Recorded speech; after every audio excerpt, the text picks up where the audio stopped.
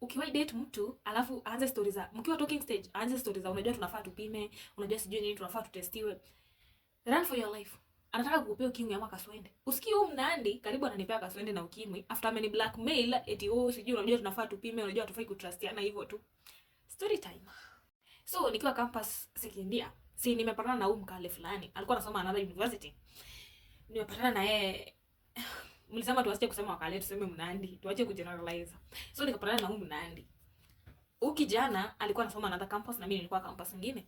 So si tukakuwa ni at first tukakuwa friends because I knew him through a friend of mine mwenye alikuwa mkale. So nikajua through her nikajua him, huyo mkale sasa.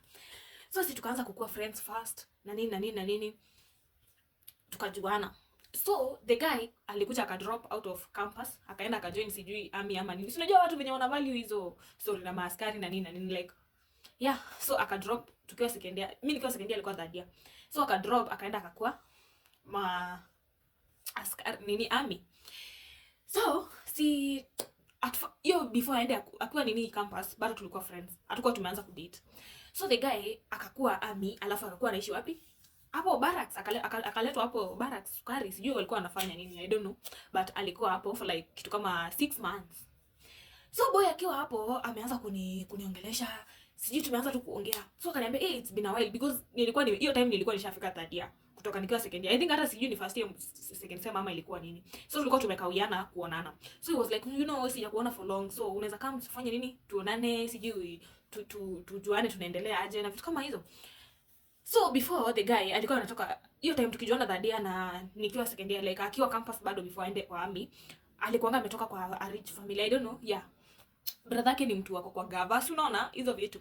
So alikuwa na tu pesa, you see, alikuwa na pesa, si tu pesa, alikuwa na pesa. So alikuwa anatu spoil mimi na huyo rafiki yangu mkale mwenye aliniintroduce kwake. So alikuwa anatu spoil, anatubuy anything we want. In fact he had a lot of money, alikuwa na a lot of money. So si mimi my friends wenye nilikuwa nao campus walikuwa wananiambia msichana si ukimbie, si run for your life, wewe uogopi wakale. Niko zile za bro, mbona mimi naogopa wakale? Si wakale ni watu kama mimi tu, mbona niwaogope? So the guy akakuja akasuggest akasema si tunaweza plan a place tuende tupatane. I was like okay. So si tukaplan tukaenda tukapatana na yeye. Sasa hizo ashakuwa army, sasa ashaacha kuwa student. So venye tulienda tukapatana aka confess, before alikuwa already anajua my tribe, unaona. So aka confess akaniambia mimi nimekuwa nikikutaka siji nini, by the mimi nataka tuanze kudate. And because hiyo time nilikuwa single, I was like mbona nisimpe chance? Mi si ikajipa tu na nikampea chance tukaanza kudate. So tumedate hiyo time nikiwa third year. Then si nimewambia alirudi nikiwa third year, almost naenda fourth year. So alikaa hapo barracks kitu kama 6 months ama 7 months hapo. So akiwa hapo the first month ndo alinitafuta. So tukaanza kudate hizo miezi. So the guy alikuanga the first time tulianzanga after nimemkubalia sasa tumeanza kudate. The first thing yenye tulipatana tukaanza like venye tumeanza tu kuongea tumeanza kujuana more about us. Kijana anaanza kuniambia tunafaa tu test kwanza, tunafaa tujipime kwanza ndio tujue our nini status. Kumbe kijana alikuwa ananitaka anani blackmail, sijui niita ku blackmail amaje. Alikuwa anataka kuniconvince ukiona anasema tupime, obvious hana, unaona. So hii kusema tupime, hakuwa anataka tupime, alikuwa anasema ndio unconvinced. Niseme ukiona anasema hivyo basi hana, dimtrust hivyo tu. Na hiyo ndio watu wengi wanasema by the way. Ukisikia anasema tuende tupime, anaku blackmail, ako nayo. Ni ile anataka sasa uanze kufikiria, haizi sema tupime kama ako nayo, unaona? Yeah. So the guy tukaanza kudate, mimi nikaingia fourth year. Within hizo months zenye nilikaa hapo barracks, mimi nikaingia fourth year.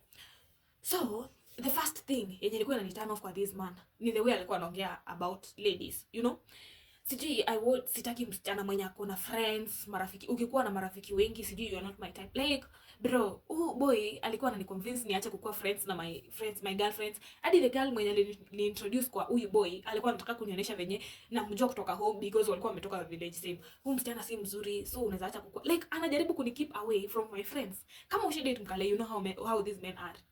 Hawa wanaume wanajuanga like wanajuanga kukunini, like wanakuambia vitu ndio waanze kujifikiria. So ananiambia eti by the way, it's not a must you have me. Si lazima hata ukuwe na girlfriends ama friends ana other campus friends. You have me. Sitaki kukuona close to any man, sitaki kukuona close to any women. Ati unaniambia you want to spend a night with your girlfriends. That's not like, does not sit well with me. Ananiambia vitu mingi, akani restrict so many things. So the guy alikuwa anaongea so bad about ladies. Any girl mwenye alikuwa amepatana na yeye before, like my friends wenye tulikuwa tumepatana before aende ajoin army akiwa campus bado, alikuwa anaongea vibaya. Ananiambia sijui unaona so and so, unajua so and so ni mtu sijui hata anakaaje, unaona, like anaongelea vibaya. So later on mimi ndo nilikujanga ku realize kumbe hao wanaume wa kale wanakuanga hivyo. Mimi sikuwa najua. So the guy alikuwa ananiambia sijui the more tunaendelea kuongea sasa. At first sijui niwaambiaje. So the guy alikuwa anaongea vibaya about ladies. Any lady mwenye anamkalia tu like mimi sijui mbona alikuwa anaongea bad about so many ladies. So I had a friend mwenye alikuwa na stretch marks. You see? Huku kwa mikono huku like inside na huku, alafu huku kwa miguu chini hapa sijui inaitwa hapa juu ya penye thighs inaanza hapo na hii side ya mguu chini alikuwa na stretch marks. So the guy used to ask me, mbona so and so ako na stretch mark? Like hakuwa anazijua hata zinaitwa stretch marks. Alikuwa anasema mbona ako na hizo vitu kwa miguu na mikono. Niko like, see, that's normal. Si a lady hizo vitu zinaweza kuja kwa any lady ama hata men wako nazo bado. Si eti ni kitu ya ladies peke yake. So the guy would be like, no, na ako na mtoto. Ninamwambia hapana, hana mtoto. So ako zile za mbona ako nazo basi. So kumbe later on ndo nilikujanga ku realize this guy alikuwa na believe the lady alikuwa ametoa ball ndio maana kuna stretch marks. Eti kulingana na yeye ama wao, mwanamke akikuwa na stretch marks ama lazima ametoa ball. Lakini wanaume wengine sijui wanakuanga na shida gani. I swear sijui. Because tell me why unaweza kuwa na akili kama hiyo in 2020s bro, like hauwezi kuwa unafikiria hivyo hadi miaka kama hizi. Na imagine kuna wanaume bado wanafikiria hivyo hadi sasa. Eti mwanamke akiwa na stretch marks either ametoa bola ama ako na mtoto. Hiyo hata si village mentality, because hata wazazi wangu hawafikirii, hata watu wa kushago hawafikirii hivyo bro. Lazima uko nyuma sana. So the guy alikuwa ananiambia sijui huyu dem mbona ako hivyo, mbona amenona hivyo, like alikuwa nimwambia ukijana alikuwa anaongelea wanawake vibaya. Na the first thing is a lady yenye nafaa kuwa red flag kwako ni mwanaume mwenye anaongelea wanawake vibaya, because wewe yuko exception, wewe ni mwanamke still. So akiongelea wanawake vibaya usidhani eti mimi niko safe juu aniongelee vibaya zi.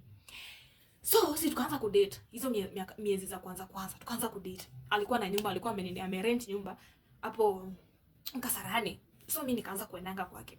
So the guy alikuanga zile za, unajua mimi sitakuharakisha, sije nini, utaniambia tu ile time uko ready. Unaona? So kijana alikuwa ametumia njia zote, mimi nisiwe fikiria huyu mwanaume kuna kitu anataka kunipea, anataka kunipea ukimya ama nini. Alikuanga amenifanya nianze kujifikiria huyu ni mwanaume mzuri. Kumbe kijana alikuwa ashapata ukimwi huko. Venye nilikuja kujua sasa later. Alikuwa amepata ukimwi huko kwenye alikuwa training, na alikuwa na wasichana several wenye alikuwa na date, na alikuwa anawasambazia. So alikuwa anakukipa na kuambia hivi ndio uanze kumtry. So hivi ndio nilijua huyu mkale alikuwa na ukimwi, na alikuwa na gonorrhea, alikuwa na sijui chlamydia, like all infections alikuwa nazo. Sasa tumeanza ku date, kijana alikuwa anishika Sarani. So nilikuwa naenda kumvisit oftenly. Unaona? Na alikuwa ameniambia ni wewe utaniambia ukiwa ready. Mimi sitakuforce sijui nini. Kumbe ni Mungu alikuwa ananipea time ya kukuja kujua hizi vitu. So the guy alikuwa zile za, najua sitakuharakisha. Alitumia njia zote kujaribu kuconvince. Juu mimi akili yangu nilikuwa nishaliambia, ukiona nasema tupime, ukiona nasema nitamwambia nikiwa ready anytime. Haiwezi kuwa kuna ukimwi, haiwezi kuwa kuna STIs. So kumbe hii ndio ilikuwa aim yake. Ilikuwa ni kuni convince hana hizo vitu.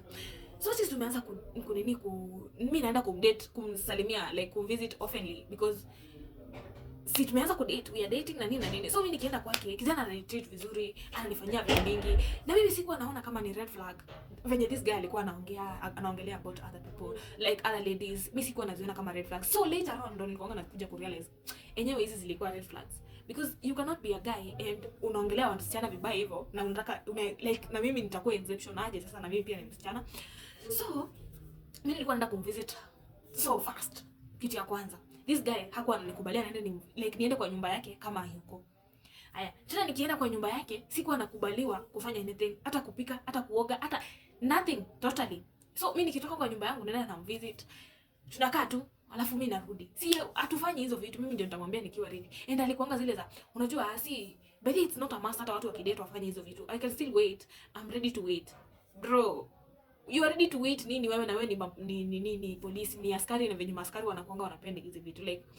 Kumbe mimi I think ni Mungu alikuwa ananipeanga time ya kukuja kujua about hizi vitu. Ndio mimi ni avoid. Yeye alidhani ana blackmail. Sijui hiyo jina nimeitafuta inakataa. Sifai kusema blackmail but imekataa. So alikuwa anataka kuniconvince hivi mimi nifikiria ako safe. Na yeye Mungu alikuwa anatumia hiyo chance kuniweka nikuwe nini. So the guy hakuwa amenipea hata spare key. Mimi sikuwa naweza kana spare key yake. Sikuwa naweza kana anything yake, unaona? Yeah. Sasa si tumekaa. Tumekuwa friends, tumekuwa nini like tumeanza tumedate. Hizo miezi kama 5 hivi. Hatujaifanya anything. Tuko tu, mimi nataka kumvisit, tunapiga story, sijui nini. Hadi huyu boy alikuwa ananiambia venye sijui wazazi wangu sijui venye watareact nikwambia wewe ni Mkamba. Unajua sasa hata watu wanaogopanga Wakamba huko kwetu. But namuuliza sasa utafanya aje? But unajua sasa mimi nakupenda. So nikikupenda lazima nitafanya nini? Nitatafuta tu, hata wakikataa mimi nitakaa na wewe. Baby, mbona nyinyi mnakuanga like sasa ukiniambia wazazi wakinikataa utakaa na mimi unajaribu kuniambia. Na najua nyinyi wakale mnasikizanga wazazi sana kuliko hata mabibi zenyu na magirlfriends zenyu. Hakuna venye Mkale ataenda against wazazi wake by the way. Ukisikia Mkale anakuambia hata wazazi wakikataa nitakukubali. Run. Wanasikizanga wazazi. Hata Mkale anasikiza sibling lakini asisikize bibi yake ama demu yake. Si mimi ndo nawashow. Sasa si tumekaa tumeendelea tu kudate. So huyu boy yako amenipea speki. Mimi sikuwa naweza kwake kama hayuko. Sikuwa naweza kumvisit ile surprise visit. Bro, nilijaribu siku moja nikaenda nikamvisit surprisingly like kama sijamwambia. Huyu kijana karibu anipige. Karibu aniue bana. Yaani unakuja aje kwangu bila kuniambia? Kwani unaenda kwa choo? Kwa choo ndio mtu anaenda bila kusema. Like bro, na imagine this is my boyfriend. Akili yangu ilikuwa imechizi. Like sikuwa naona kama ni red flag mimi. I think I was just in love, unaona? So kijana amekuwa ile ya hakuwa ananiallow kufanya so many things. Mimi nilikuwa restricted, bro. Unaona watu wengine walikuwa na freedom za kwenda kupati. Niliwaambia nikataza kukua na my friends wenye alinipata na wao wote. Tukakosana na wao. Because nilikuwa najiambia sasa nita prioritize aje friends over man. Lakini sasa hivi venye najiambia mimi I'll prioritize friends over even men. Because najua wanaume wanaweza geuka anytime. Na ukisikia mwanaume anakataza kukua na friends, wewe ni red flag. Run for your life. Sasa si tukaendelea like hivyo tu. Kijana alikuwa amenikataza kuenda kwake kama sijamwambia. Singeenda huko. Na unajua ni kwa boyfriend yangu. Singeenda huko tu hivyo tu ama ni msurprise. Sasa tumekuja tumekaa, tumeendelea kukaa. So si akakuja akasema nimpende ni yangu. Nimpe password ya simu yangu, unaona? Mimi sikuwa na shida because hata sikuwa insecure because sikuwa na cheat ama sikuwa na any other man. Si mimi nikampea ni yangu. Nikampea password yangu na mimi nikamwambia sio nipe password yako basi akaniambia mwanamke ndo anafaa kupeana password. Mwanaume hafai unakupeaje password yangu sasa na mimi ndio mwanaume kwa nyumba like mimi ndio bwana. Like vitu mingi bro. This guy alikuwa ananiambia vitu mingi zenye sikuwa naona kama ni red flags but sasa hizi ndo nafikirianga najiambia hii. Sasa nilikuwa nakaaje kwa hiyo relationship hadi nikamaliza hiyo ni mwaka yote jamani. Niko tu. Sasa kijana nikampea password yangu. So venye nilipeanga password yangu kumbe mimi nikajaribu kumwambia najaribu kumharakisha unajua nini hujaniujia nipe password yako. Akinipea password yake nikifungua simu ya time after nimemrudisha na singekaa na simu yake more than 5 minutes ananiambia leta simu yangu wewe. So venye nilimempea nikimpea hapa akiniambia password yake after 5 minutes ana change. So siku moja aka change password then juu angesahau because ana change sana akasave kwa simu yangu. Unaona the password yenye amechange. Juu simu nimempea password. So amechange password kwa simu yake then akasave kwa simu yangu. So mimi nikakuja nikapata password imesaviwa na hakuwa ameniambia password. So angekuwa insecure. Tumekaa. Kijana ameanza kufanya nini? Mimi natafutanga tu chance venye nitakuja nishike hii simu. Juu nilikuwa najiambia siwezi kaa na mtu mwenye sishiki simu yake. By the kama una date mtu na akubali ushike simu yake, run for your life. Hakuna mpali mnapelekana hapo. Hakuna venye unaweza kuwa una date na mtu nataki ushike simu yake. No way. So sasa nikakuja nikashika simu ya kijana.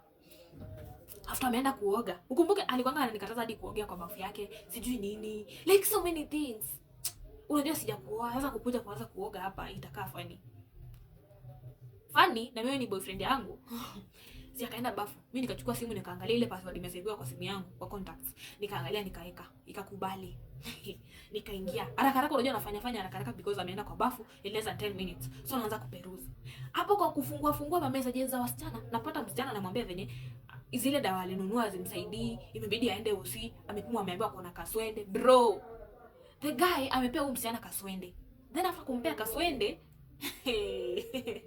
after kumpea kaswende, msichana amejaribu kuchuja kidani UTI imekataa. Ameenda usi, amepimwa ameambiwa kuna gonorrhea. Nikajambia maybe hizi ni stories zingine tu. Nakwambia huyu kijana alikuwa hizi stories za kusema sijui nini to test. Alikuwa ametest na wasichana. Na wakipata ako nayo like wasichana wanamwacha. Wasichana alikuwa anamwacha. So alipata dem fulani alikuwa anaconfess, anamwambia, unajua wewe kwanza ulinipea ukimwi, hata mtu nilizaa hata sikuwa najua kama niko positive. So nikazaa mtoto nikamzaa akiwa positive. Bro, na huyu mkale alikuwa ameniambia hata date msichana mkale, na amezalisha wasichana wakale kama 5. Na alikuwa amedanganya, mimi hata sijui date mkale, mimi sipendi wasichana wakale. Ukisikia kijana mkale anakuambia mimi si date msichana mkale, run. Atakuja kwa mkale amweke nyumbani ndio wewe akae na wewe Nairobi, unaona. Sasa after nimekuja kujua hizo vitu, bro, I ran for my life. Wewe ukidate mtu alafu aanze kuongelea stories za kupima, sijui tunafaa tupime mwanzo. Na unajua mimi alikuwa amesema tutapima ile time tutakuwa ready, nitakuwa ready kumwambia tukulane ndio tutapima. Kumbe alafu sasa alikuwa ashaanza kuniambia sasa si already ushajua mimi sina like na tutapima. Juu alikuwa ashani convince juu amesema tupime hana. Unaona? Alikuwa na blackmail. Alikuwa anataka kunionyesha juu wewe nimesema tupime, mimi sina. So alikuwa ananiambia sasa sisi wote tuko sawa, so hata hakuna haja tutakuja kutumia protection. Bro, na mimi nilikuwa nimejiambia yes, siko tu sawa, by the way haiwezi kuwa nayo, hata anakaa healthy. Shida yetu ni kupima na macho by the way. Kama uko na mtu mwenye mko kwa talking stage anasema sijui unajua tunafaa tupime before tukulane, and then mpime. Make sure mmepima before mkulane. Juu anataka usianze kumwambia mpime tena.